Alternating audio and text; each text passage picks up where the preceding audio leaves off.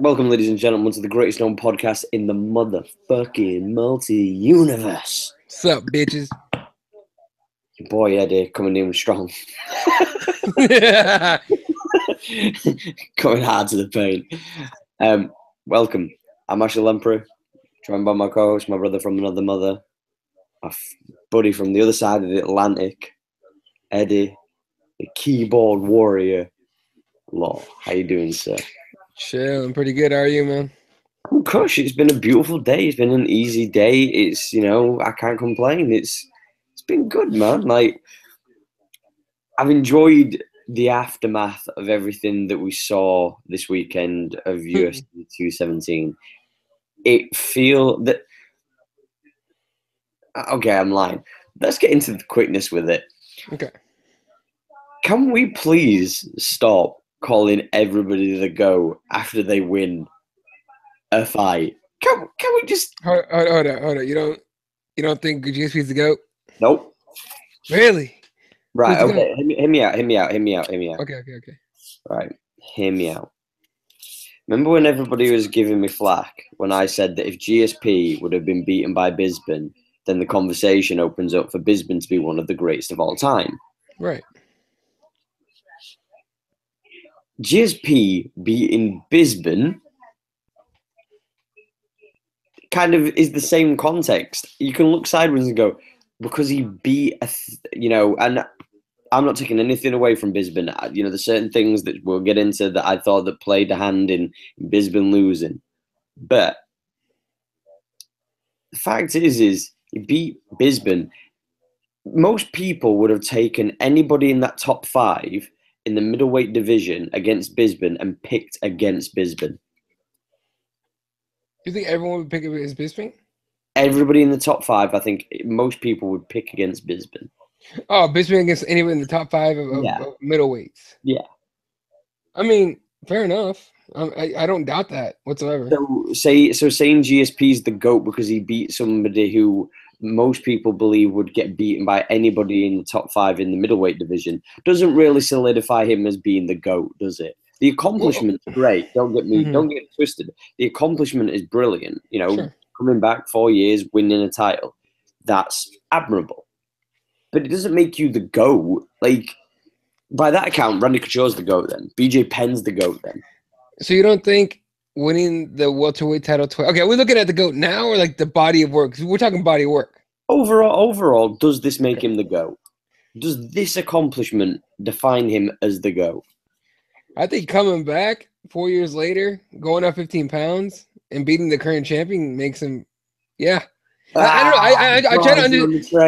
I'm trying to understand your argument here. All I hear is MMA math. That's all I'm hearing right now. Right. Hear me out then. Yeah.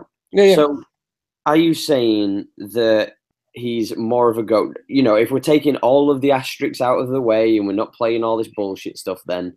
So, are you telling me that he's pound for pound the GOAT over John Jones? Damn, but here's the thing: is what makes him. Listen. What makes him the GOAT? What's the definition? Here's the problem I have with all these like different arguments. Who's the GOAT? Who's the best at this? Who's that? Why is DJ the GOAT or not? Is there's no real definition. You know what I mean? It's all perception, in my opinion. I agree with the context, but to throw it to so many random people whenever they win. Sure.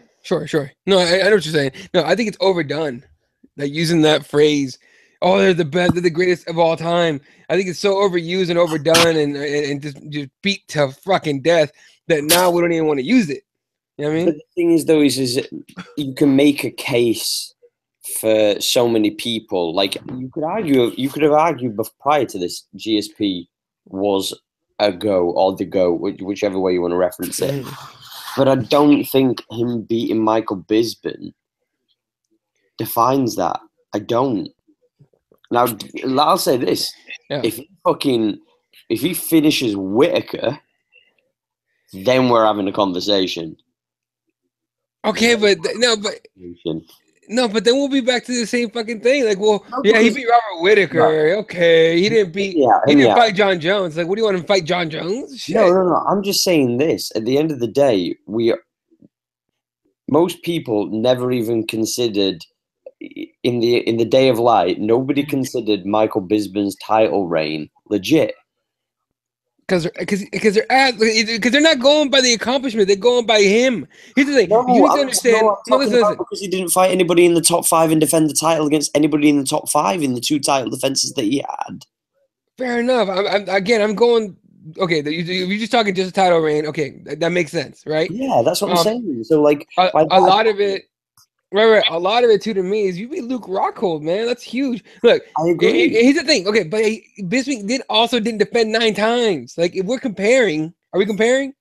I'm not comparing Bisping to GSP. What I'm saying to you is like GSP coming back and fighting somebody who's on the tail end of their career, where we both expected whoever lost really to retire. Right. And we're talking about the 2 title defenses that Bisping had. One against somebody who wasn't even in the top 10. Dan Henderson? No, in Hendo. Yeah, Dan Henderson. And him winning a narrow decision over him. And then competing against somebody again who has not fought in 4 years. The argument could be made that, beating... Right, okay, so I'll put it this way. 100%. Right, we're going to throw this to the thing then, right? Okay. Just for an example. So, GSP, Conor McGregor comes back, right, and he's going to defend his title at 155, yeah? Turns out he's fighting BJ Penn. Okay. He starches BJ Penn in the 3rd round. Do we turn around and say he's the greatest of all time? Well, no, we don't, because it's somebody on the tail end of the career. Yeah, but here's the problem with the argument, because it's not talking about... okay, my opinion. People are saying right now that, GSP's the greatest of all time. It has nothing to do with Michael Bisping. I don't think it has anything to do with Michael Bisping at all. It has to do with coming back. Yeah, exactly. Context is important, right? Always important in every argument possible. If the argument is because he beat Michael Bisping, and we're talking because he beat this certain guy, he don't deserve to be the GOAT, you have an argument. But the GOAT argument right now isn't about Michael Bisping. It's about look, if you watch I listen to 2 or 3 different MMA podcasts, right? None of it, not this one. I mean, this one, like, I listen to once in a while when I'm like that, I sound like an idiot on that shit. But I know 100% of the time I do sound like an idiot, by the way. But I don't listen to my podcast or anything I'm on really, because obviously I was on it, so I remember it. It's the other shows that I listen to, certain like Luke Thomas and all these other guys, and other smaller podcasts that are kind of like on our own, I guess, level. I guess we're all just hanging out. And what it seems to me that the argument for most of those podcasts, most of those people, commentators, whatever, is he's the GOAT, not because he beat Michael Bisping. He's the GOAT because he was a 2-time welterweight champion, went away for 4 years, came back, and then beat the champion. Just the fact that he won the title, that seems to be the overall argument. But if we go specifically, yeah, exactly, because if we're in this context of it's because it's Michael Bisping, then you have a case, right? But the thing is, though, is no matter who winning the title, right? Okay, so say he came back, right? Sure. Say he came back, and just the title was vacated, just for whatever reason, and he has a fight against somebody somebody else who doesn't really deserve to be in there, and he fights for the title, and then he's declared the champion because the other champion so say he comes back for an interim title. Mm-hmm. So he wins the interim title, and then the normal champion vacates it because something horrendous happens and he can't fight for like a year, 2 years, whatever. Okay. And he becomes automatically the champion. He's not the champion, is he? Bro, we're really diminishing what Michael Bisping accomplished. No, but I'm not trying to diminish what Michael Bisping accomplished. What I'm trying to say is people are making out he's the greatest because he won the title, but they're not taking into context who he beat. That's the thing. People have been saying for months, and I don't care what anybody says, I've seen it everywhere. Everybody's been calling Michael Bisping a paper champion. And, that's here nor there. Fuck, I feel like I'm the only one that never called him that. Honestly, the amount of people that I'm like, oh, like he's ducking Luke Rockhold, he's ducking Weidman, he's ducking Romero, he's ducking, God, I hate that fucking I hate that. I hate that people do that about Michael Bisping. I love Michael Bisping. I'm a massive fan, but the fact is, though, is that's been said, and then for him to fight against somebody who most people don't even consider, one of the greatest of all time in any context, I'm not saying the GOAT. I'm just saying one of the greats. A lot of people don't put Michael Bisping there. They don't give him the recognition he deserves. What I'm saying is, though, is they've slaughtered him and throw his name in the mud. And then as soon as GSP gets a victory over him and he becomes the champion, neglecting the belt, because the belt is something that, like, it has to be put into context. How you win the title is the most important thing. You're not the greatest whatever champion, whatever weight you are, just because you win it. It's about who you beat, how you beat them, and then, you know, essentially how you go on and defend it. That defines you as a champion. Okay. All right, I'll bite. With this whole thing, okay, so we're going by who they beat. And there's a lot of guys that shouldn't even be in the conversation. You know what I mean? I agree. Like, but John Jones included, for example. Okay. Whoa. No, listen. Daniel Cormier is still thought of by a lot of people, and I disagree, and I know you don't, as a paper champ. Okay. He beat him twice. Gustafsson hasn't had very much success since losing to John Jones. Okay. He loses these decisions, fair or not, he loses these decisions, right? Who else did John Jones beat? Ryan Bader? Ooh, scaring me twice. All right. He almost lost to Linton Vassell at Bellator. Okay. You're talking about years afterwards, by the way. Certainly, but that's not the point. My point is I'm comparing what you're saying as who they beat. What if these guys are just that fucking good? Look, Chael Sonnen just had, and I rarely agree with Chael. I mean, it hurts to agree with Chael. But what if Chael's right in saying that GSP is up here and everybody else is right here? No. That's all it is skill-wise. Not bullshit. It's the train. When anybody comes through, you know, I saw a tweet, I can't remember who it was, and I've seen a few other people like copy it and add a little bit of their own to it. And it's true though, you know, like July we were saying that fucking John Jones was the greatest of all time. Yeah. And then fucking, you know, I don't know what it was, October, Demetrius is the greatest of all time. And now the fact is people sometimes it's everything that is glitter, everything that glitters isn't gold. Right. That's the right. Yeah. Right, everything that glitters isn't gold. So that's what it is, you know. Ooh, this sparkly returning toy. Dog over there has a box of toys, bro, yeah? And he touches maybe 2 of them every week. Right. And he'll pick out the 3rd one. When I'm about to throw one of them away, all of a sudden it's his favorite toy. One. Yeah. And that's GSP.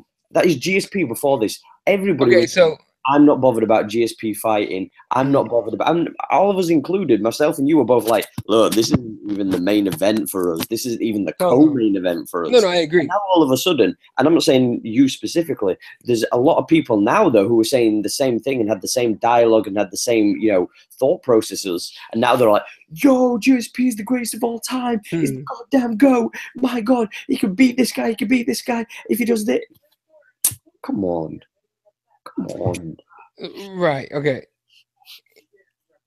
What about the thought of this? What if there is no real GOAT? What if there isn't? Right. But what if we're just overusing that term GOAT? Do we need to stop using that term? Because I'm starting to think. Ever since people started calling John Jones the greatest of all time, I started thinking that's not a real thing. I think the problem is at the end of the day, every great sport, whether it be team sport or, you know, individual sports, there is always a standard. There is the bar. Mm-hmm. You know. By the way, who it is. Joey Tremendous in the comments is trolling you. He's like, GSP is the GOAT with the emoji. No, I'm not even surprised, bro. But, good shit, Joey. That GOAT is powerful, by the way. Yeah.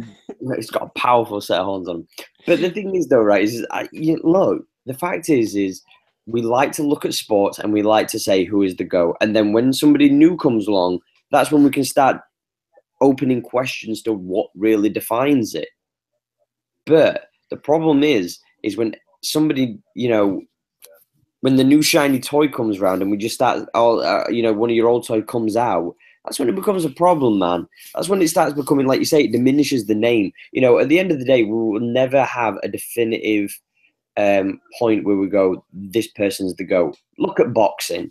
you could argue a numerous amount of fighters, from Floyd Mayweather to Muhammad Ali. You know what I mean? From past to present to anybody in the future. You could argue it. There's a standard that a lot of people do say that it is Muhammad Ali. There's a lot of people who would go with that. Michael Jordan. There's these names that kind of. My problem is if Mike Tyson came back and fought against what's the fucking guy who says champ all the time? Shannon Briggs. Yeah, Shannon Briggs. If Mike Tyson came out of retirement and chinned Shannon Briggs, are we calling Mike Tyson the greatest of all time? No, but that's a different thing. Mike Tyson's not an active fighter. GSP's supposed to be. Well, he wasn't an active fighter. It was GSP. Right. But you're not expecting Mike Tyson to come back and fight. I'm not saying that, but we were expecting GSP to fight. Right. True. I just think, I don't know. I have always thought of GSP as one of the greatest welterweight of all time. I like to keep him. He's like, right. I don't like this whole pound for pound bullshit. This greatest of all time. To me, this greatest of all time out of anybody ever is a bullshit fucking label that's created out of this pound for pound who's the best, right? I think everyone's in the little different sections here. Okay. BJ Penn's the greatest, I guess you could say, what was he the best at? 70, 55? 50. Best guy to go up and down. Right. But he was up and down. Yeah. Right? Conor McGregor, you could say was the best one, depending on if when he defends that title, hopefully soon, and if he's successful and it's successful again, you could call him possibly the greatest lightweight in years to come, in years, okay? Which who even knows that happens? Which I'm not even willing to even entertain that argument. I'm going to pose a question, though, bro, that might change your entire perspective. Here we go. If Cain Velasquez came back and won the title next year and defended it one more time next year, would you consider him the GOAT? Don't play with my emotions, motherfucker. I knew it, man. He's not doing that. He's not doing that. No. First of all, I will flip it. Of course, I'll fucking mark out. That's my guy, right? You would flip. You would go from Of course. But no. But to be fair, I'm very centrist when it comes to everything. Honestly, okay. I mean everything. Other than NASCAR sucks, country music's dog shit, baseball's boring. Okay. And if you're one-sided left, super right winged or super left wing, you're still a fucking asshole. I think I'm so centrist about shit. You know me that well enough to know that. I'm willing to listen to both arguments and make up my own fucking opinion. Okay. Yeah, of course. And with Cain, I'm honestly, I used to be listen, I used to be that way. When he beat he beat Brock and won the title.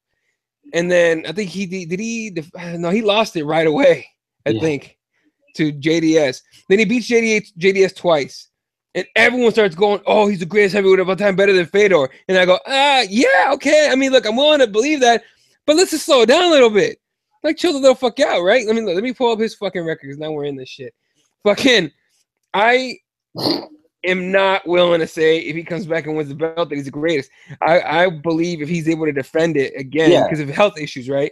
A lot of the things we talk about, for example, the reason why, people still believe Anderson Silva is the greatest because he had a string of insane victories, right? So, but so did John Jones. What's that? So did John Jones. Right, so did John Jones. But John Jones also used PEDs. Okay, here's the thing. Anderson Silva.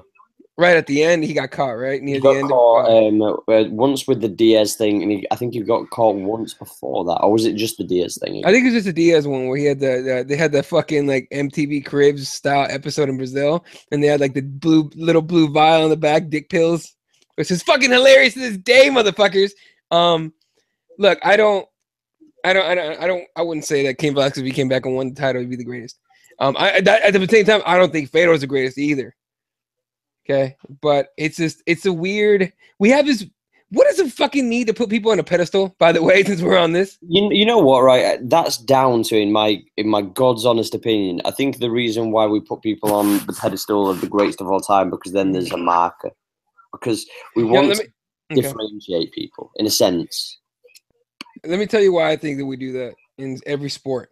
Okay, I'll throw out some names. Okay. Football, like your football, soccer. Right. Okay. Soccer. Let's call it what it is. Yeah. Let's say, let's say like football. I still call it football. People be like, people be like, hey, Messi doesn't play. What is Messi? Who's Messi? Was he a wide receiver, running back? No, it might be one of the best strikers of all time. Though I'll tell you that. Cristiano Ronaldo might be one of the best scorers / setup guys ever. Beckham, same. You know what I mean? Wayne Rooney's just a bad motherfucker. I like Wayne Rooney a lot, by the way. Like in his prime, that dude was scary as shit. I'm like, damn, that white was gonna fuck us up. Like every time we played against him, that white was gonna fuck us up. Shit. Like I was so mad every time I saw Wayne play. Anyway, did he retire, by the way? He's still playing.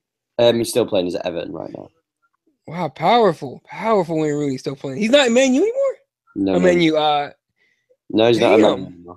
I thought they were gonna bury that motherfucker in a red jersey. Legit. Wow, wow. Okay, hey, cool. I need to start fucking paying attention again. Regardless, Cristiano Ronaldo, Messi, Ronaldinho back in the day, Ronaldo, all these guys, right? Now it's who's the other Brazilian kid who's scary as shit? Neymar is one of them. Neymar. Yeah. Okay. Keep that set of names in your head, okay? American football. Tom Brady's basically a number one right now. Aaron Rodgers. Ray Lewis. Huh?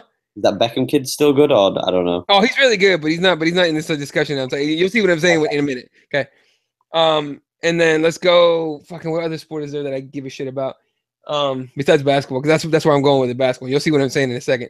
MMA, Anderson Silva, GSP, John Jones, Demetrius Johnson. Okay. In the NBA, they don't have a discussion very often of who's number one. You want to know why? Number one, clear and cut, Michael Jordan. Every one of these other sports and leagues is dying for a Michael Jordan. Okay? They're dying. This is why we have this fucking, like, who's the greatest of all time? Because there's no concise one. There's no one guy we can really look at anymore and be like, damn, he's the greatest of all time. I mean, greatest boxer of all time. Give me an example. Everyone's like, oh, fucking Floyd Mayweather, bro. 50-0, bro. 50-0. Multi-billionaire. I know he scored all of it, but whatever. He's still a millionaire, bro. Yeah, did you see who he fought when he fought them? Yeah, how about you shut the fuck up with that bullshit? Muhammad Ali. To me, Muhammad Ali's still the greatest of all time in terms of boxing. But to me, there's a lot more to do with the fact that what he did outside and we had to go through, okay? But that's for another day, okay? There's this fucking need to have a Michael Jordan in your sport. Like think about it this way. Before Michael Jordan, and I studied my sports history here and there a bit. They didn't have one. They tried. They were sort of like clawing and scratching. Oh, Magic Johnson's the best. Oh, Larry Bird is the best. This Hakeem kid's here now. Hakeem, he's so good. Third pick to the Bulls. Fuck that guy. He's just a scorer. You can't win titles as a scoring champion. Oh shit! 6 titles later, GOAT. Okay. Now the NBA, dude. There's nobody else. You know how hard people try to argue for Kobe Bryant and LeBron James, especially LeBron James now, and you can't make that argument. People younger than you and I are still like, no, Michael Jordan was the best. They have YouTube, motherfucker. Look it up. That's exactly how it goes. Okay, it's just there's this need for a Michael Jordan in the NFL. The NFL is this close to getting one. Tom Brady might be the best quarterback football player ever, American football ever. And who's done what he's done at his age still? Okay. It's insane. They're about to get their Michael Jordan. They're happy as fuck. It's a tall, good-looking white dude from fucking Boston. All right. Hey, the story's incredible. Played at Michigan. Wasn't supposed to start. Ended up starting and kicking ass. Wasn't supposed to be. Was barely drafted. He was drafted 7th round, which is the last round of the draft. Was it five Super Bowls later? MVPs. Fucking incredible comeback wins. Came back on the fucking Falcons in the last Super Bowl. That's a GOAT. That's Michael Jordan of football, of American football. And in football, in soccer, I mean, Messi's up there. Ronaldinho to me is up there. Cristiano's up there. Cristiano Ronaldo, yeah. I'm an idiot. I keep forgetting. Yeah, but there's 2 Ronaldos, so I see why you went Cristiano. Yeah, the Brazilian Ronaldo. I was a big fan of Cristiano Ronaldo. Whatever happened to that guy, by the way? The original Ronaldo got fat, fucked a transvestite prostitute. Played a little bit more in Europe and then went back to Brazil and then ended up playing in the 2nd tier of Mexico last time I heard. Wow, how the mighty have fallen. Yeah. I used to have that. I had that dude's poster on my wall. I had him and Ronaldinho and who's the other cat, the Brazilian? Fuck, his big name. Whatever. I had a poster with these 3 guys in Brazil in Brazil national team jerseys. on my wall when I was a kid next to my Michael Jordan and Charles Barkley shit and all that. Do you remember the World Cup in '98 when Brazil played against France in the final and France won it in France? Does that ring any bells to you? It does. It does. It was really funny about that. Ronaldo didn't play in that final because he got caught with prostitutes.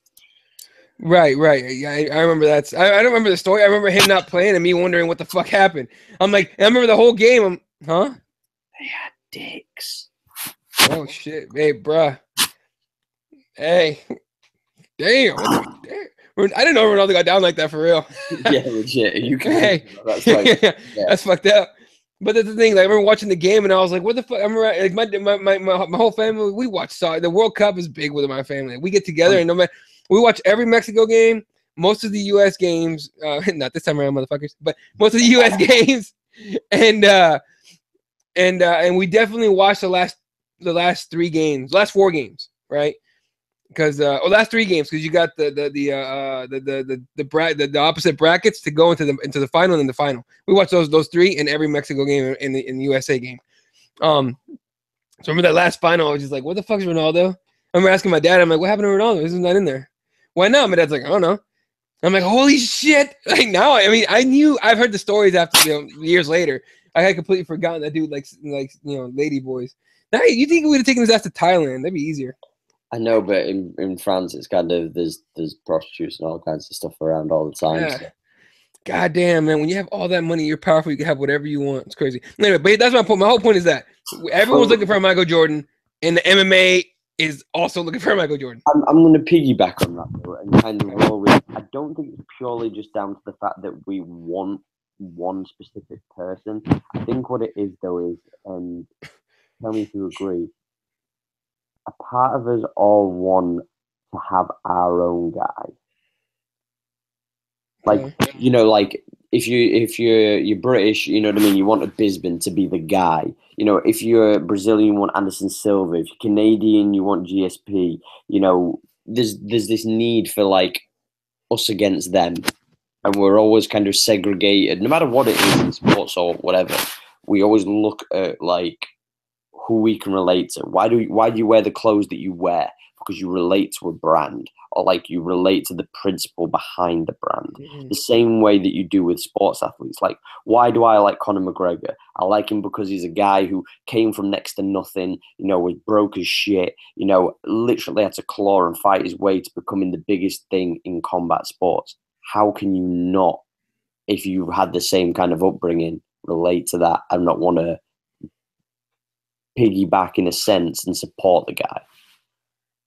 Okay, wait. So I'm kind of confused on what exactly you're. So that's why we feel the need to address that everybody's the GOAT. That's why some people say Demetrius is the GOAT because they relate to Demetrius. Some people think John Jones is the GOAT because they relate to. There's this thing of like, if you can relate to people or do you have some emotional attachment to them, then you can start turning around and saying they're the GOAT. They are because it's just your opinion. Right.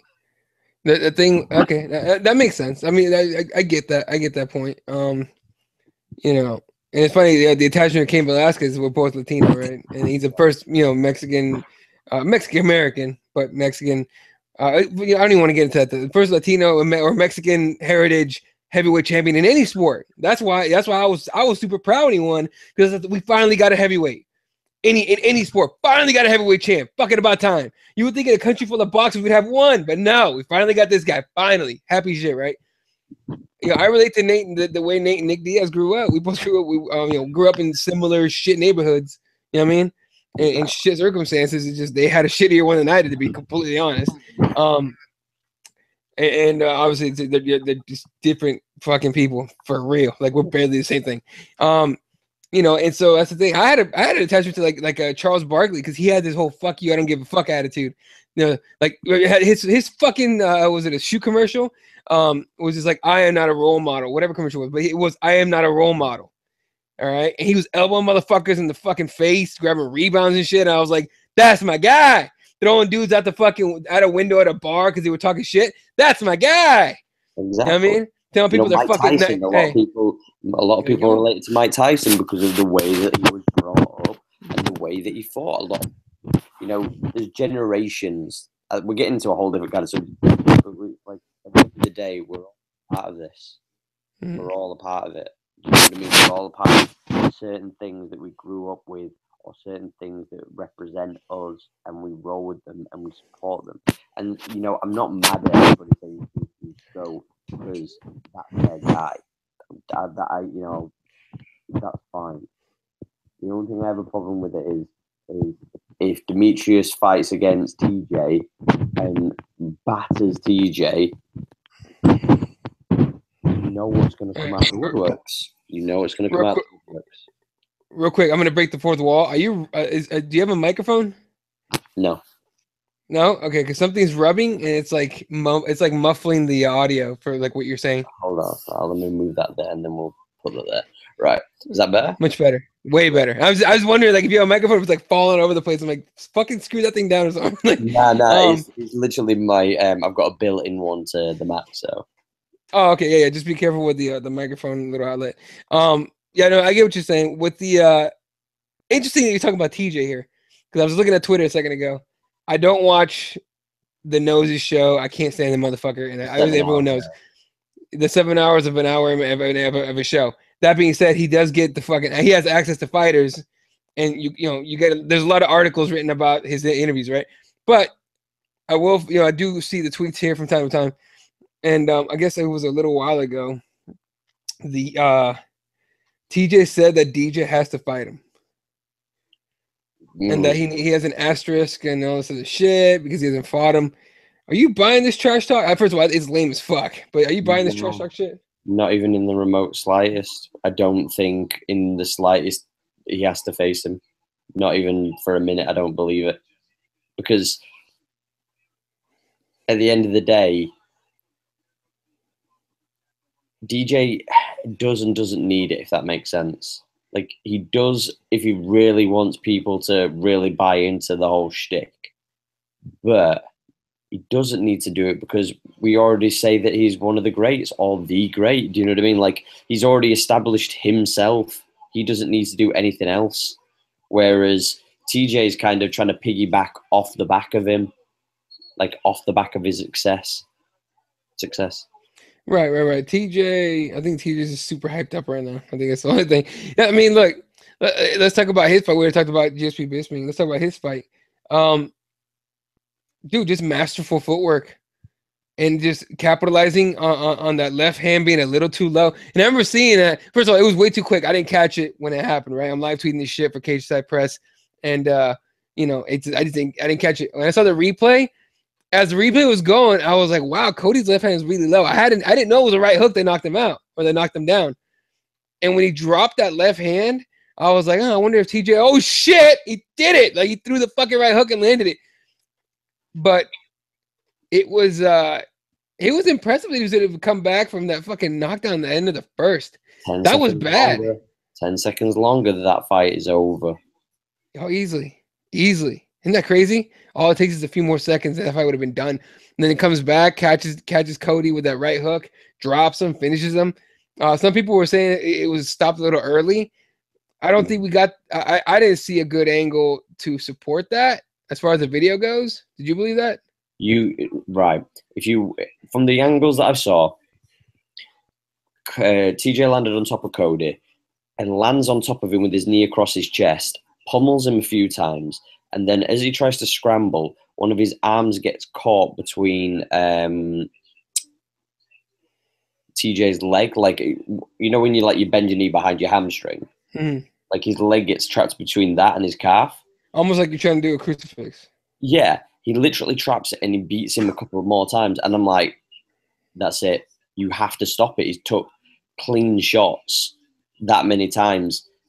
It's not comparable to any other fight in the night. You know what I mean? Like, you could have argued like certain other fights getting called quicker and ended quicker.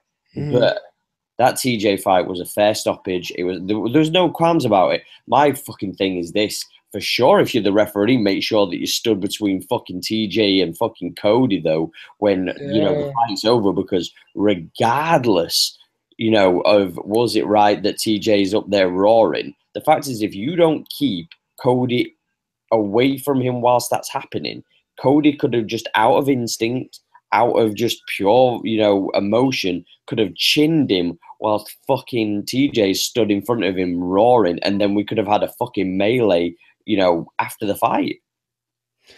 You're talking about that picture that they took, right? Yeah. First of all, that is after the stoppage. That picture is going to be a massive poster in TJ's house somewhere and in his gym. That to me was one of the most out of that night. I hate to use the word iconic, but tell me if you have a better word for it. But that was an iconic photo. It is. That'll be in MMA history today in 10 years' time. Yeah, right. I'm not. Yeah. It should be. In fact, it should be sooner than that. But still, that picture was just like it tells so much in that just one photo. Like that was TJ finally letting all that anger loose, like fucking motherfucker. He was screaming in his face, and then Cody just like having to take it. That was a powerful photo, dude. I was like, whoa! Like people need to make posters of that shit for real. I agree.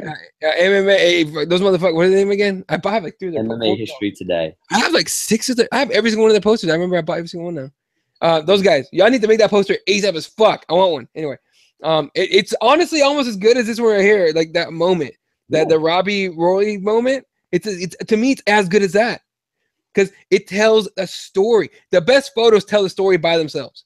The worst photos just show you something. Okay. Oh yeah, for sure. Yeah, so like that one right there says everything you need to know about that fight. People could look at that and that picture of Rory and Robbie and be like, wow, struggle, war, fight, adversity, violence. Who's gonna quit first? Not me. All right, so we'll find out. I'm gonna make you quit, bitch. Let's go. Right? That picture of TJ and Cody, whenever that becomes a poster, that picture alone already tells everything you need to know about that rivalry. And please believe we'll get a rematch. Not next. No, here's the thing. I wouldn't mind if it did. I don't think they're gonna do it. I'd be okay. I'd be happy if they did it, right? But there will be a rematch at some point. Who knows when? But there'll be a rematch at some point. I think right now DJ might actually jump on the TJ fight for money. I just don't want it. Like I know this sounds silly, but in fairness, I'm scared because I saw that there were rumors going around the mill. I don't know what the crack is of Uriah Faber apparently interested in coming out of retirement. I heard TJ Dillashaw for the time. And I can definitely see them doing that. That's not happening in that fight. I fucking hope not, but I can see them doing that. The only reason I don't believe that they'll do it is because he's not in a position to get the title shot. That's the only reason. You know what I mean? Like, okay. I mean, right. But I think the reason they do it, it's funny. I think the reason they do it, I know, I'm like 5 years old sometimes, most of the time. I think the reason they do it, or that they would do it, is capitalizing off Faber's popularity. Yeah, but it's just like there's no way of. It'd be a cheap money grab, dude. It would be a cheap money grab. It really would be. You know what I mean? It'd be on the level. It'd be so stacked. To me, it'd be on the level of Bisping Hendo too. It'd be on that level. Yeah, with the same amount of drama. Right? The only difference, at least with that fight, is he's still active. He beat somebody in the top 10, did Hendo. Yeah. You could, there's at least that. Whereas, who did he beat in his last fight, Faber? Were it Pickett? Was it Pickett in Sacramento? No. I'm sure it was. Was it Pickett? I'm sure it was Pickett. Okay, let's go with Pickett. I'm gonna look it up in a second, but it's Pickett. All right. I'm putting my money on it. By the way, I want Pickett to win so badly. I'm sure he wrestle fucked him. I don't remember the fight, man. I think he took him down and just ground and pounded his ass, but I don't remember for sure. Shit, where the fuck's the record? Yeah, the SureDog website on phone sucks. Oh, it's a decision, so he might have. Yeah, last fight was Brad Pickett. Bruh. I know it. Nah. Yeah, but they'll find a way. If they want to do that shit, they will find a way, sir. If he hadn't have won, then I could see the fight. Do you know what I mean? But you know what? I don't think that Cody deserves the title shot back. Do you know what I mean? But I will say this. If you're the UFC, capitalize on having young, exciting fights. Does anybody want to? I know they weren't young per se, but come on. We haven't had a good trilogy in forever. We haven't had a good trilogy in forever. Especially at title level as well. Like, come on, man, can we make this happen? Can we make it so that we actually get excited? Because, like, say Cody wins, and then it's 1-on-1, and you're like, holy fuck, who wins the third? Like, you genuinely do not know, because, like we said on Keyboard Warriors on the post fight, god damn, who would you have wanted to win that fight? Not really fussed. I'll damn sure tune in for fucking 10 more fights, and I'll gladly see them both go 5-5. Oh, sure. Dude, you know what's funny? I just realized somebody on the comment section of the video, nobody we know, believe me, but they were like super, like they were kind of upset at you. Oh, I know, I saw it. I can't remember what they said. What was the thing that they said? Assaulted English guys, what they said. I was laughing about it. I was like, oh no. What was really amusing is the fact they said the salty guy speaking English. I was like, all of us are speaking English, cocksucker. Let me pull it up because I don't remember.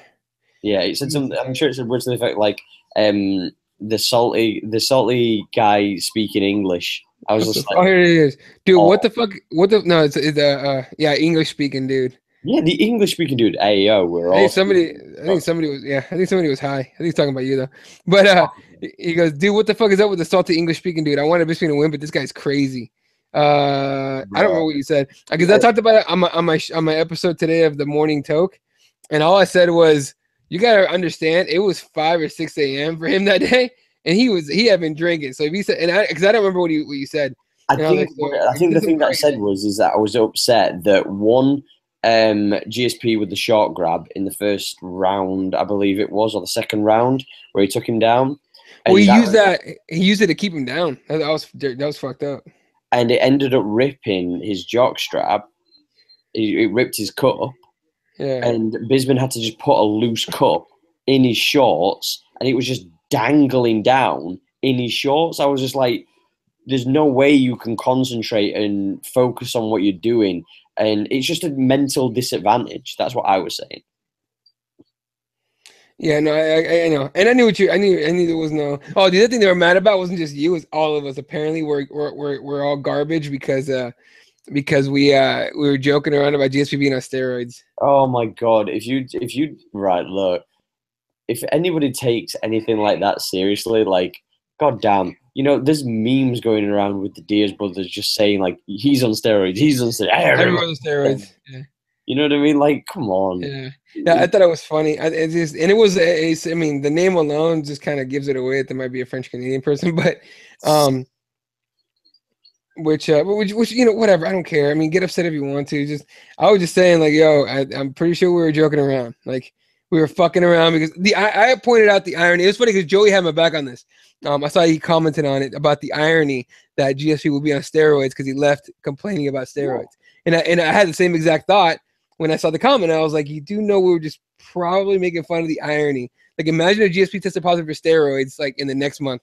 I was just going to say it would have been hilarious if, like, Ariel Lawani at the end of his show gets a call from USAD and is like, yeah, GSP's been popped, like John Jones did. Like, imagine if like his after piss test comes back, fucking fire. Yeah, so we weren't being serious, people. We were fucking around, joking around about it. All right, like the show, the name of the fucking show, the name of the podcast is or the podcast network, or of the whole page is Keyboard Warriors MMA. Keyboard Warriors. We're fucking around. We're entertainment, my friends. It's cool, man. It's cool. People bugging. Okay. You want 100% serious shit all the time? Go see The Nose. Go see Luke Thomas. Those guys will get your today in MMA. Blah blah blah blah blah. Some shit happened. Someone got popped. Someone fucking got knocked out. And someone don't belong in the top 10. Fuck them. All right. And ours, we're just like, damn, Paige Van Zandt's fine. No, we're not. Yeah, we're not. We're really not. No, but you know what's funny? Hey, have you seen? Yeah, no, have you seen? No, I was thinking more like, what's her name? Gosh, she's so funny. She's at 125 on the Tough Show. Rachel Ostovich is like my soulmate. Yeah. She got that booty. It's just she's got body. Let's be honest, she's got body. I'll take that body all day. I do not hate on the Thick Sisters at all. I'm in. I was going to say something to you then as well, though. Yo, with the thing though, right? So, like, being legit, what do you think happens next? Like, what happens for Cody? What happens for TJ? Like, what's the next fight to them both? I think we're gonna get that fucking TJ DJ fight. I think they're gonna push. They're gonna bust their asses to get it, and I think it'll be a good thing for somebody else. I would love to see Cody Cruz too. If Cruz beats Rivera, don't think about it. It's a win-win. If Cruz beats Rivera, we get Cody Cruz too. That to me is a firefight already. If Rivera beats Cruz, we get 2 heavy hitters at 135. Fucking win-win, dude. I'm in. Okay. I'll ignore the TJ DJ. I mean, I'll watch it, but I'll just be like, yeah, whatever. That's a fucking, whatever fight. But that fight will be fun to me.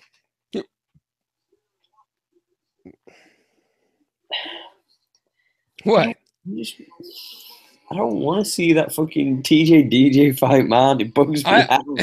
I don't either, but we'll probably it's. They both push for it, man. It'll be a good chance. It's for one title. If it happens, it's for a title. It'll be for it should be for TJs, not for DJs. That's what they'll do it for. They'll do it for TJs. Yeah. That's DJs. Sorry, they'll do it for DJs. It'll be DJs. 100%. I wonder if they do it for DJ's title. It'll be for DJ's title. I will put I will bet right now. Quote me on this in 2 weeks' time or whatever it'll be. I'm betting anything it'll be for DJ's title because, the defending champion, can he, compete against the bigger man who's coming down, you know what I mean? The naturally bigger guy and the bantamweight champion who just knocked out the most ferocious guy at 135. Yeah. You know what? DJ will be like, come on, come cut those extra 10 pounds, bitch. See how you feel the next day. Like, shit. I mean, that'll probably be it, right? Without the breakdown of it, who do you think wins that fight if it happens? Oh, fuck. TJ having to cut an extra 10 pounds. They're both very quick. TJ's probably got more power, but 10 pounds takes away some of that power. I like DJ in decision. Like, I think DJ decision or DJ submission. The shit. Yes, I would hope for submission, but I think people are not gonna like that fight. Because DJ's going to be in it, like out, in and out, in and out, in and out. Oh, shot, take you down. So, like the one against Dodson, the second fight. Right. He ain't trying to feel that power. TJ's got power, and he ain't trying to feel that power, right? He said it himself. It's about hitting, not getting hit. That's his game plan for every fight. With that said, let's talk about the most important fight. Oh, yeah, Thug Rose. Dude, you should have seen. I fucking marked out. I dropped. So I hook up my laptop to my TV to watch the pay-per-views, right? And because I don't have cable, so fuck that shit. But I hook it up to that, and I have a tablet with this like Bluetooth keyboard. That's where I do the live tweets from. And I flipped that shit to the ground, and I started jumping up and down the fucking living room, like Thug Rose, like Thug fucking Rose, and like. When you know what, and it was exciting. I was excited as fuck. I was freaking the fuck out. People I was watching the fight with was freaking the fuck out too because I had told them everything about Thug Rose and why she's awesome and why she's such an underdog and they were like, who you picking then? Because everyone was like, Joanna's gonna start you and shit. And I kept saying like Thug Rose by Triangle. I got super specific with it, obviously in the shows too. And when she knocked her down, I was like, that's when I threw everything. I was like, oh shit, and then she's lands, just the fucking. Here's the thing: she didn't get emotional until those last fucking shots on the ground. Then you saw all the emotion into her fucking fist. I've never seen Rose hit anybody that hard. That was just like, fuck you, bitch. Fuck everything about you, bitch. And then, all right, that's enough. And then she tapped the strikes, right? And then Rose gets up, makes a face or something like that. Like, just fucking puts her arms out, makes faces at her corner. And then what got me to get a little emotional was Pat Barry in the back going like this. Like, because if you know anything about Pat Barry and Rose, is Barry has been there for the ups and the downs. Yeah. He's cried every single time. And for him to pop up in the back like, holy shit, yeah, you know what I mean? Insane. And then seeing Rose, like Rose kept her shit together until that belt got put on her shoulder. Everybody in the living room was teary-eyed. Me included. I was like, holy shit. I'm with you. She finally did it. I can't believe, like, I was so happy. I'm still so happy for her, but I was so happy for her in that moment because I watched every fucking fight. Yep. That she's been in. The flying armbar she pulled off in Invicta, I was like hyped shit about. The fucking lost to Carla Esparza in her first title shot. fucking crushed me. But like, my heart broke for her. You know what I mean? For that young kid. And and then just like fucking, she knocks out the chick everyone was saying is #1 female ever in MMA. She is, in my opinion, still. She probably still is, yeah. I mean, and the resume certainly fucking supports it. But she beats the baddest chick on the planet, Little Thug Rose, who got bullied this entire buildup. And she just kept saying, like, you know, you could just see it. She was saying the Lord's Prayer with some cool shit, but saying the Lord's Prayer, but in her head, you could see in her eyes, she was saying, like, just wait, bitch. Fucking wait till fight night, bitch. Oh, I'm gonna fuck you up. Like, and then just those last 3 shots on the ground, just the angriest, heaviest shots of her life, was just like everything came at the end when I saw Pat Barry throw his arms up, and then she starts crying, like just crying a little bit when she got the belt. Everything kind of came all at once to me, and I was like, holy shit. Like, I can't believe. 3 things I want to take into that fight that we'll just talk about. There's 3 important things. One, wasn't it interesting that Rose decided to play what we were talking about, and that's playing the come to me, like back foot and going, okay, yeah, no, keep on trying to hit me. Instead of trying to, because every other opponent that we've seen go against Joanna has always tried to go forward onto us. They try to take the fight to her. And my God, do they get picked off quick time. But this time, she just kept on pulling back. Literally, I don't know the numbers, but I'd be very interested to see how many times. Well, I'd like to know the percentage of, you know, thrown to landed for Joanna, because I'm not being funny, but I can't remember her landing maybe more than 5-6 shots before getting knocked out. Rose's footwork was beautiful. 100%. In and out. Beautiful footwork. Let me see if I can pull it up. Here it is. Whoa! Okay, check this out. The 3 minutes and 3 seconds the fight fucking lasted? Joanna Jędrzejczyk landed 5 out of 42. She landed 11%. I'm just saying, you know, the clinical, amazing striker that she is was hold up a second. That amount of strikes. Real quick, there's something wrong with that, like with the numbers. I don't like these numbers. I think because there's no way she threw 42 punches and missed that many. Kicks as well, yeah, man. Kicks as well. Yeah, all those strikes and she missed. I don't know, but okay, let's just say these are the numbers for sure, right? That's incredible.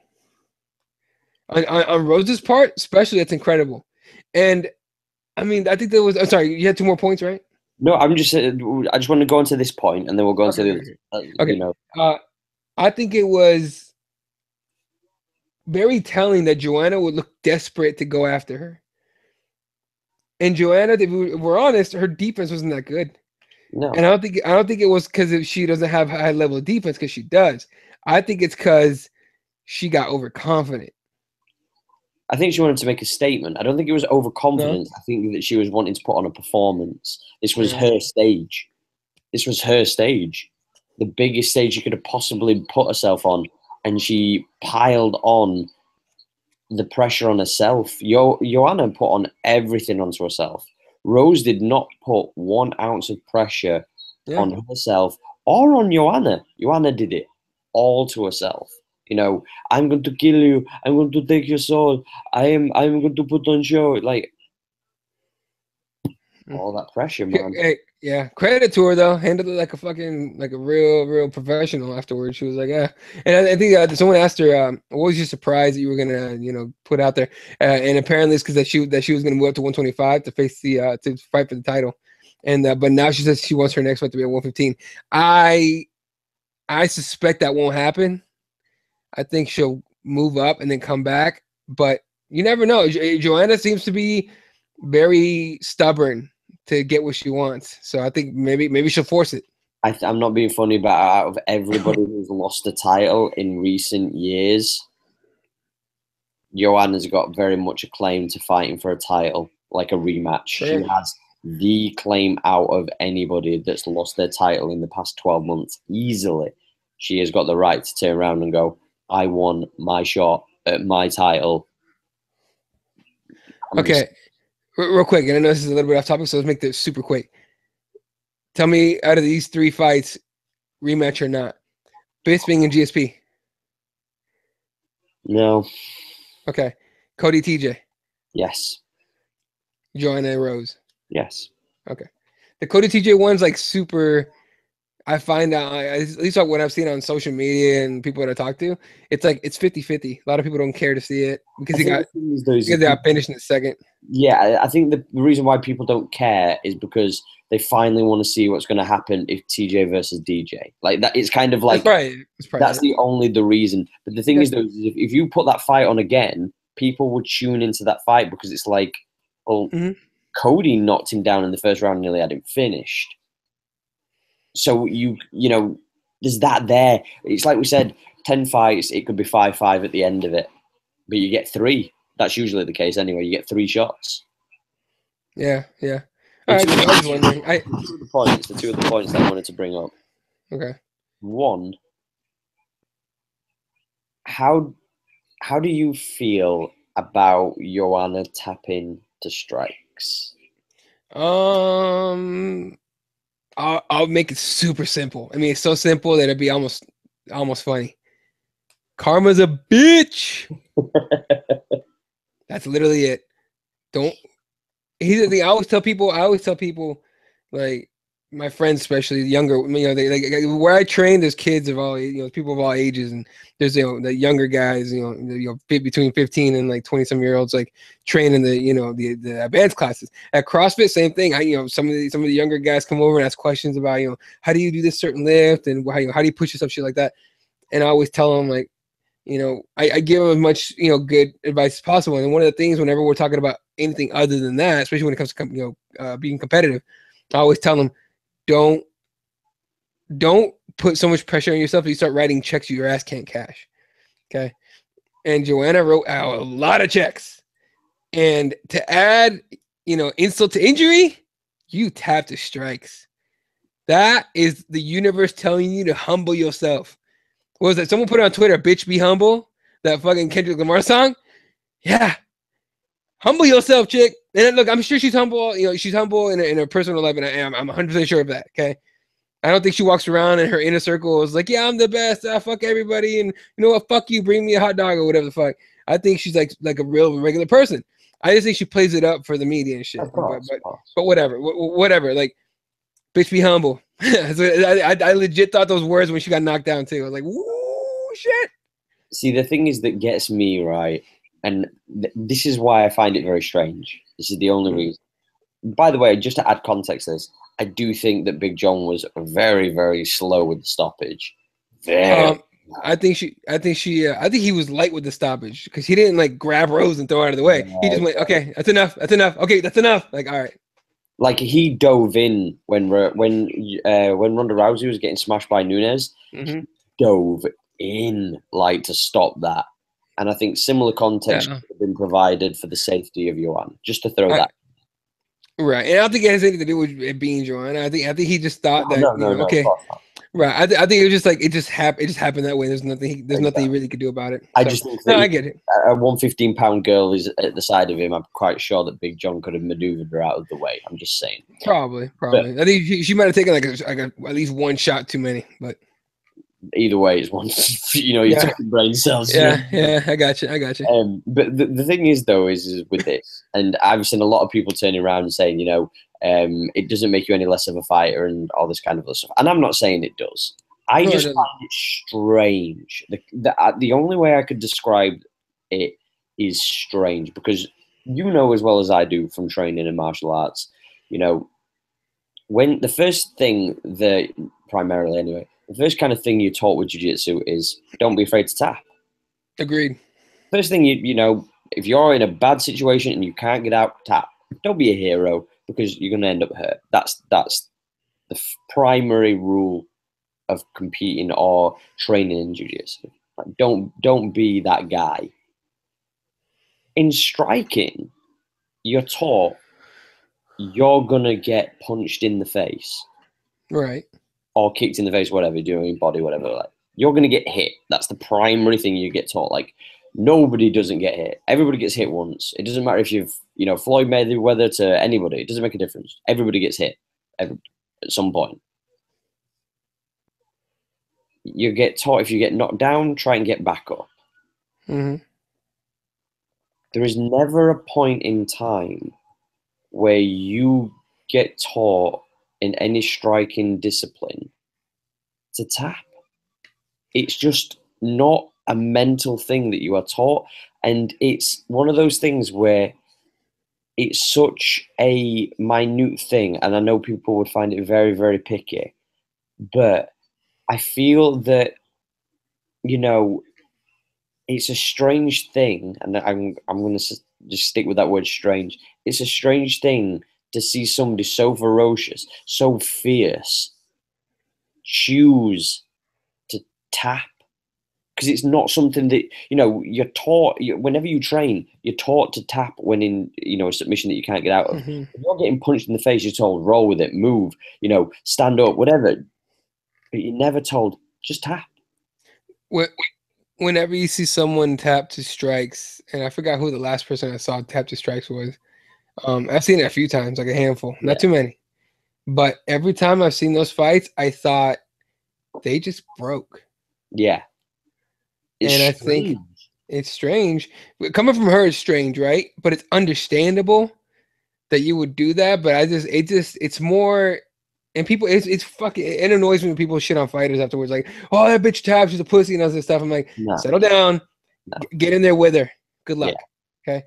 But it's something to see someone, like you said, the most ferocious 115 fighter, maybe even female fighter that we've ever seen in MMA, other than maybe Chris Cyborg.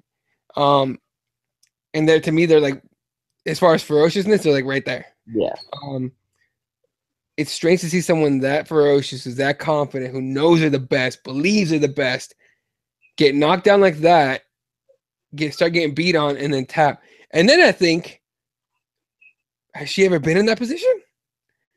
I think that was so strange for her. It was new ground. She was like, oh shit, fuck, shit, I know, it's just one of those weird ones to turn around and go, I'm going to tap. Well, at that point, to be fair, she was like, I think Rogan used this like 18 times on Saturday night. She was astro traveling. Like, she was not there. That's fair. Like I say, I don't know, man. There's just a part that just goes, you that moment, like, when you get caught in a joke. Yeah. My dog's just got an itch. That's so weird.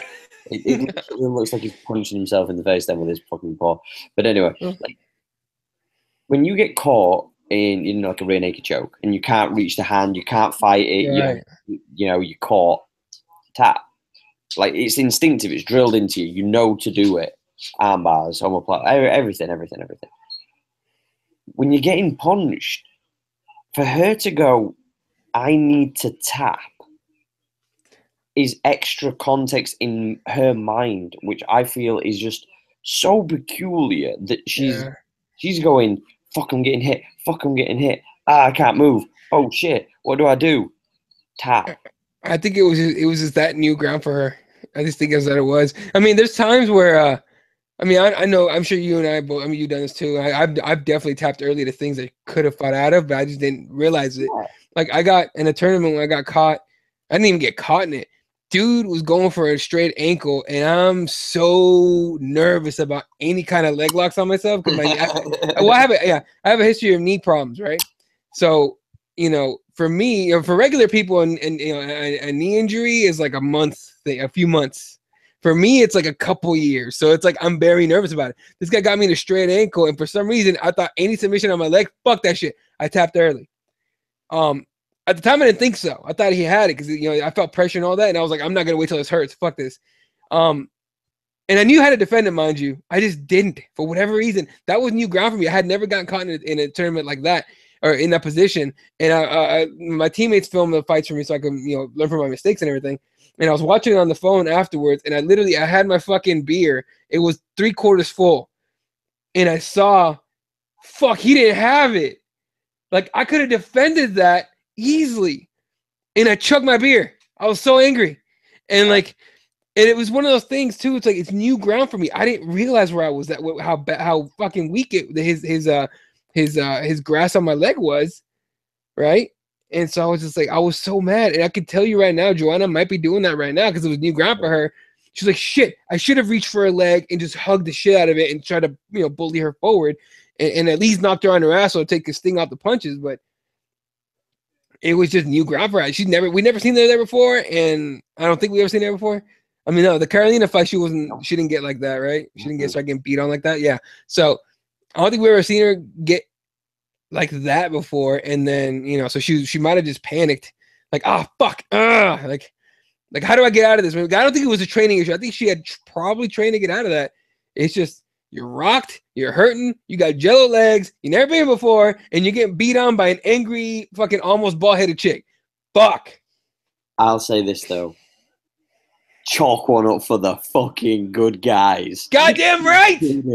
She fucking did it, yo. I love Joanna. I love Rose Namajunas. And you know what, right? I said months before when we first started discussing this and it got broke by Big Tony over at MMA Today. Yeah. We turned around and, like, we said that this is going to be such a momentous fight and such an amazing fight. And, I didn't want to pick. It was fights with these two chicks. Either one of them I'd have been fine with. But when you look at the stories of both and where they were at, it's so good to see a good person. No shit talking, no, and I love some of the shit talking, don't get me wrong, but it's just cool to see a girl who's just like, look, we need to just be nice to each other, man. Like, we don't need all this bullshit. Her post-fight was fucking awesome. It was just great because it was 100% her. That was the real Rose Namajunas, and that was the fucking best, man. It really was. But yeah, I'm just regular. This belt's extra. Yo, when she said that and Joe Rogan turned around and went, "No, you've got something special in you," I was just like, "Dog, don't say that about Pat." About what? About Pat. I had to confirm that you said that. I was like, what? First of all, that motherfucker's lucky as shit. All right. Second of all, no, I'm just kidding. No, but he is lucky as shit. No, but she genuinely is. She's cool. She's a special talent. In combat sports history, there's only been a handful of times where I was like happy for someone, or at least to this level, happy for someone. All right, that they want to fight. In fight history, huh? Miesha Tate's got to be one of them.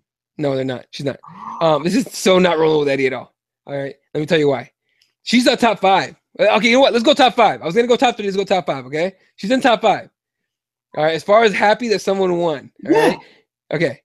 It used to be Kane number 1. It's not. Right. Okay. Okay. Number 5 for me is Michael Bisping. 10 years of fighting roid heads. Okay. Finally wins his belt. I didn't give a fuck that he fought Hendo afterwards, and he fought, Anderson Silva, before that and all that. That he fought a bunch of guys that probably shouldn't be fighting for the title. Anderson didn't fight for the title, but still. I didn't care. I didn't give a fuck because I was just happy to see someone that busted their ass and got fucked over and over and over by the fucking system finally get in there on a 2 weeks notice, knock out this cocky son of a bitch, and get what he earned, what he deserved to get years before. Like, hard work does pay off. Number 5. Number 4 is Miesha Tate. Finally getting in there. The fucking just like the primal rage scream after she won the title. After, Holly Holm knocked out the greatest female fighter ever. And then Miesha Tate withstood a barrage of 5 rounds of just getting fucking mule kicked in the face for 5 rounds. And then she goes, fuck it. I'm going to get knocked out or I'm going to win. I'm going all in. Gets the takedown that she had that just not get the whole fucking fight. Gets the takedown, takes it back, and puts this chick to sleep. Don't forget that Holly Holmes flips over while she's on her back to try and get out. To try and get out. Just pit balls, holds onto the neck. Dude, she hung on to that body like her life depended on it. Okay? And she fucking puts her to sleep. She gets, My number 3 is Nate choking out Connor. Fuck it, that's not a title, bro. I don't care. To me, that was big. Anyway. That's regardless. I don't care. Number 3 to me. I'm calling that the gangster belt. Fuck you. All right. That's the represent 100 belt. That's what that is. So that's my number 3. Nate choking out Connor. Just putting. Hey, he put a little bit of a little bump on that hype train at that time. Yeah. You know what I mean? Anyway, moving on. Number 2, Cain Velasquez finishing Brock Lesnar for the title. That was my number 2. Happy for that dude.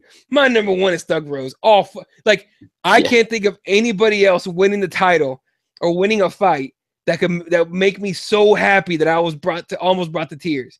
You know what I mean? It was just like, God damn it, the good guys finally got one. Exactly. So it was amazing. Out of everybody that you named in that, there's question marks around people's character. Oh, of course. I know, of course. But as soon as you look at Rose, you go, she's the one, man. She's the good guy. She's the good one. It's like good guys don't always finish last. Green Day. God damn it, she proved it. Or nice guys. Nice guys don't always finish last, assholes. We got one. Like Rose, when you look at everything that got put in front of her, she had to derail hype train after hype train, along with personal problems, and then she managed to overcome the biggest challenge. Like, if we're being honest, the only thing that's remotely close is if anybody in the 125 division was able to beat Demetrius. That's the only thing out of everybody who's a champion right now. Mm-hmm. That is the only division where somebody else could win it and we'd be like, holy shit, can't believe they did it. Holy fuck. But that's the only other division that we'd look at. There's another champion as dominant. You can't even say DC anymore because I know it's been wiped from the records, but we saw him lose. I mean, I don't know, dude.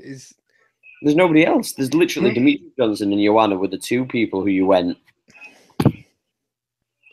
champs. There's nobody near. Yeah, nobody else.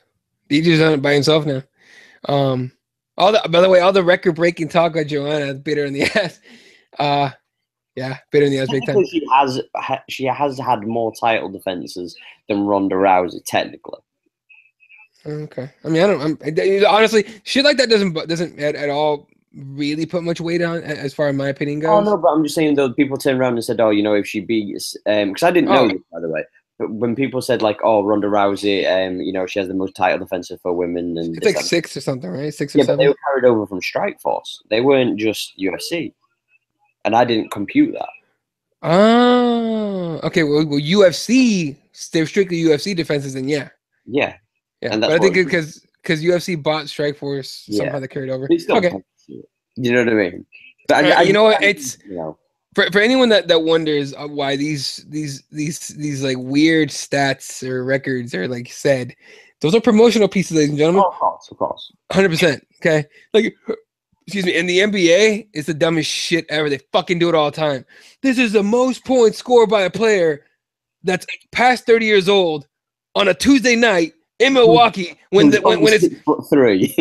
It's 6'3", who when it's 35 degrees outside and it's somewhat snowing but not, and the neighboring building is on fire.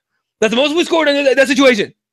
That's I wish I had a Stephen A. Smith or Screaming A. Smith impression. I don't, but I would fucking use it for that whole thing I just said. The thing is, though, is what I want to say about the thing with MMA though is the fighters care.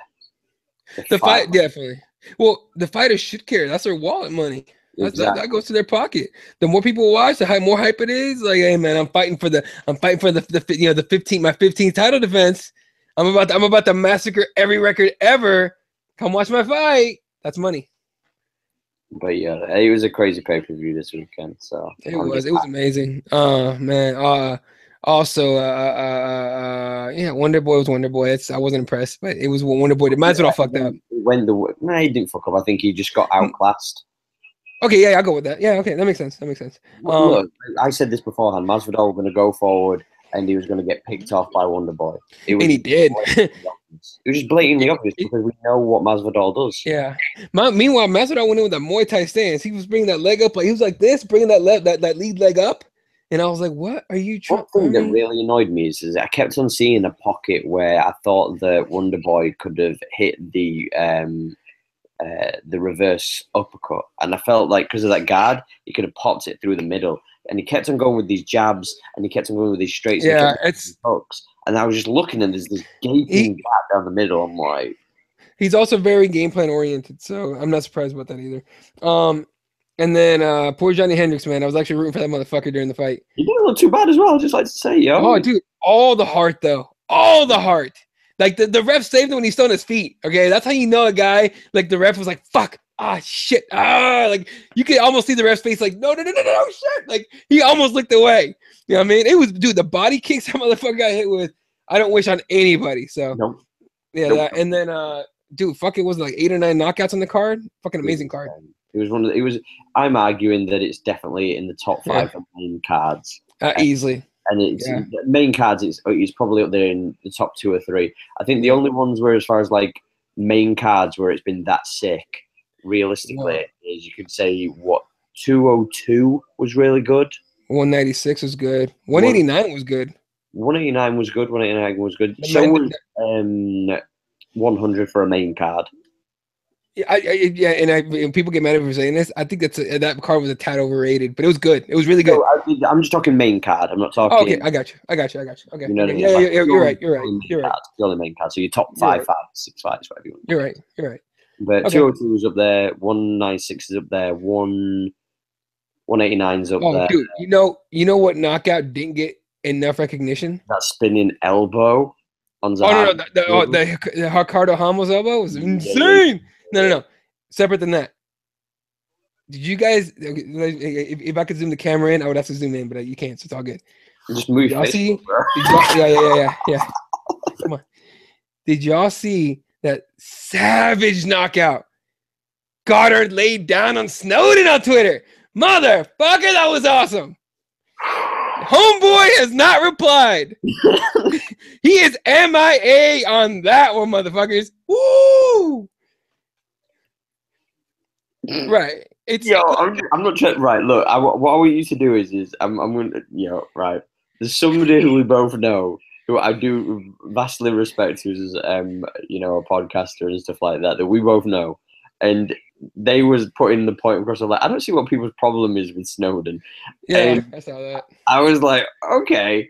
And somebody else that we know put, well, it seems kind of weird that you're not tagging the person who's really gone hard on him. No. Yeah. No pun intended. Maybe God hard on that. Yeah. And I was just kind of like, yo. And as soon as he tagged him in the conversation, I was like, oh, he's the instigator. I love that though. Look, if you are gonna say something about somebody like that, like you gotta tag them. I mean, in my opinion, like, look, there's been times where I didn't tag somebody, and it honestly has been out of just pure not even thinking about it. And someone will be like, "Well, why don't you tag him, bro?" And I'm like, "You're right." So I would retweet it with their tag on it. There you go. And a lot of the times that person got pissed off and started coming back at me. And I'm like, hey, am I wrong? And it's cool. I do think that Snowden's a bit of a dick. He's a cunt, dude. He's a cunt. You want to know why he's a cunt? I'll tell you why he's a cunt. Look, it has nothing to do with the fact that him and I have gone back and forth a few times. Not too many. All right. I didn't even know that. Right. Every time him and I have gone back and forth, very short. Okay. Very short, because it goes like this. It's him saying something like, "Oh, I believe this, and this," and I go, "Oh, well, I don't agree, man, and this is why." Well, fuck you. You don't agree with me. Fuck you in your opinion. That's literally how it goes. Yeah. And if you go look at his Twitter, that's how he does it every single time. Have fun saying "fuck you." Your opinion doesn't matter to Goddard, though. To a guy that's in there. Good luck. He will strangle you. Yeah. Did you see the one where Goddard goes, "I want to meet him genuinely in person"? Like, ooh, I want a camera in the building when that happens. Have you ever seen him in person? Snowden? No, God, No, I haven't, but he's a big boy. That's a big dude. He's strong as shit too. And intimidating as fuck. All right, like he's a big guy. Yeah. Look. In all seriousness, I mean, look, I don't know Snowden from shit. I never met the guy in person before. The only thing I know about him is what he puts on Twitter, and that's the perception about him. I'm sure he's probably a person. He's a cool guy, nice guy, whatever.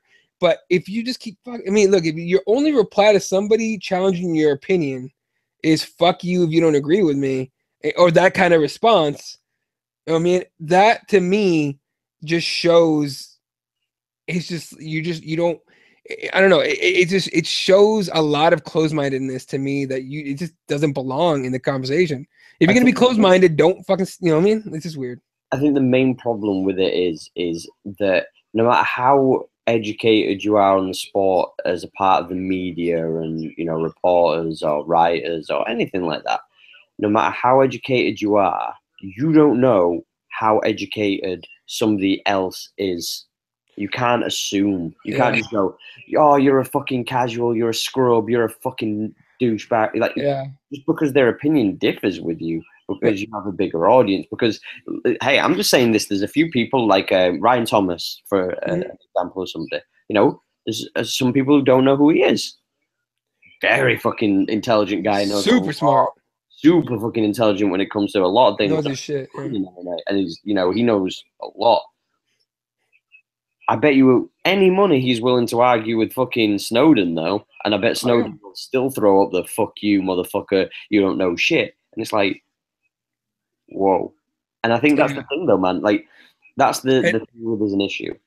Right. And to be fair to Snowden, some of that, or most of that, or all of that might be the attitude, might be because, there are a lot of fucking idiots that just slew bullshit his way. He might be drowned with it. But that doesn't justify that, you know what I mean? Like that. Okay, then so by that same effect, what we're going to do is from now on, every person that's ever involved with MMA media, whether it be journalists, writers, reporters, podcasters, you're all on the payroll. You're all on the payroll. Like, okay, then if we're going to go that route, then we'll just that's a good point. Tie everybody with the same fucking brush. Yeah. No, you're right. Yeah, it's a weird thing to see, man. And for Goddard to do that, I was just like, hey, man, speak your opinion, son. Yo, when he fucking like quote tweeted me, because I was just like, Goddard's a savage, and he started windling. I was just like, oh, not my fight, bro. I'm with you. Yeah, I was just like, I wanted to put the Michael Jackson gif of him as eating popcorn, but I put the one of that battle rapper, that kid that goes, "I'm not a rapper," and he's like, boom, bing, bat, and then like, boom, and he goes, "Oh!" and the whole crowd. You seen that shit, right? Yeah. And everyone, the one guy that walks around like rubs his face down, like, "Oh my god!" That I put that shit on there because I was just like, "Holy shit, damn, Mark." You know what's the thing though, right? Is I feel that more media needs to be called on stuff like that. I feel like more fighters should get tagged in people's statuses, because I always see when people do little tweets to go, they'll do it like this. They'll go, Joanna gets smashed by Rose with the epic win. I can't believe it's so proud of @Rose Namajunas. Yeah. They'll have not tagged Joanna in it. Then what they'll do is next tweet. I feel that Joanna will come and they'll tag it at Joanna Jiu-Jitsu will come back bigger, better, badder, and stronger. And I would love to see her fight against Rose. No tag. I'm like, oh god. Yeah. So social media is so weird, dude. I still can't I still don't take it serious enough to get upset about it ever. So it only bugs me when I see the same people tweeting like 3 or 4 tweets within the space of 10 minutes. I'm like, I see you. Yeah. No, it's just funny. I'm exhausted just talking about it. Right, with that thing said, ladies and gentlemen, I just want to give a shout out to the sponsor, starting off with Bane and BaneStore.com. You need to head over there for your jiu-jitsu athletic apparel. Like, whether you're after rash guards, spats, hoodies, gis, all that beautiful stuff, make sure you go over to BaneStore.com. That's BAIN store.com. You will get 10% off if you use the code word, the heel hook, or one word, the heel hook. Use that, get 10% off. Smash that motherfucking cat to pieces and get yourself 10% off. Secondly, Receptra, RECEPTRA, naturals.com if you're in the United States, RECEPTRA, global.com if you're in Europe. If you're about like improving your body and not pummeling it with fucking chemicals and bullshit, and you want to actually feel better rather than taking 1,000 different medications and shit, I cannot implore you enough to check out Receptra. They do CBD oils, they do hemp extract products like topicals, body rubs, body balms, butters, all that good stuff, and it goes such a long way, especially the butters and balms, and especially with the drops as well. But I cannot implore you enough to do the research, see the health benefits, and trust me when I tell you, once you try it, game changer. Like, you will never look at like painkillers or any other bullshit like that the same way again. But check out receptraturnaturals.com if you're in the States. Receptraglobal.com. That's RECEPTRA naturals.com. RECEPTRA global.com if you're in Europe. And you just need to put in the code word, the heel hook. Your entire cart gets smashed by 10%. You get 10% off your entire order when you use the code word, the heel hook. So get your ass over there.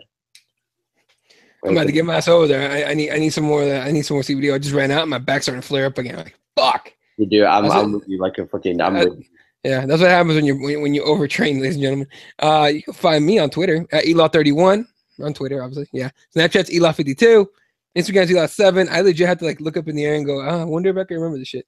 All the podcasts are at keyboardwarriorsmma.com. Make sure you check it out. Our Ash was there for the UFC post, UFC 217 post-fight show. All that's getting chopped up and put out in the episode dropping in an hour and about 20 minutes, which is the Bisping GSP discussion we had. So for all you that got salty about the steroid shit, we were fucking kidding. Settle. Right? Anyway, and of course, come hang out Wednesday night, Keyboard Warriors MMA.live. It is Keyboard Warriors episode 75. And we may have an old face visiting us, which would be awesome if he can make it. So we'll see what happens. It's not who I think it is it? This guy. No, not that. No, not that one. No. Although I would love. I'll talk about myself here. Anyway, yeah, I would love that conversation if it was forced to have it. Anyway, which that'll never happen. Anyway, regardless, make sure you hit that up. And just a real quick thing, I ignored media for all of Sunday. That's what I do. For the most part, like I only check DMs and text messages and shit that goes directly. Like if you need to reach me, you come at me. And once in a while, I'll tweet out some shit out, whatever. Right? I didn't see what happened in Texas until this morning, and it's some heartbreaking shit. Stop fucking shooting people. They shouldn't. We shouldn't be like we need to fucking ban all the guns because we shouldn't have to do that. It should be stop shooting motherfuckers. Like it's against the law. It's immoral. It's just it blows my mind, and I don't have the answer, and I can't think of anyone who does, and who knows what the fuck's gonna happen with that. But god damn it, man, cut the shit, motherfuckers. Just cut the shit. God damn it. I'm not going to make any comments about gun laws because I know that people from your side of the fucking world. I'm 100% with you though. Like, I'm with you on that. People just need to just fucking chill out, and I think we need more equality in punishment for the things that are going on. So, that's all I'll say about that. But with that same thing said, just like Rose said, like Rose Namajunas said. I was gonna say, I was about to do that. Go ahead. Just be a good person. That's all you need to do. There's so much going on. Just be a good person. And, with that same thing said, you can find me at Lamprey on Twitter. All of our links are in the bio, by the way. You can find me at Just Ash Official on Snapchat, and you can find The Heel Hook Show on Twitter at The Heel Hook Show, iTunes, SoundCloud, The Heel Hook. And, yeah, man, like I say, so whether you're a lover, whether you're a fighter or a hater, just be a good person, man. Peace up. Head down.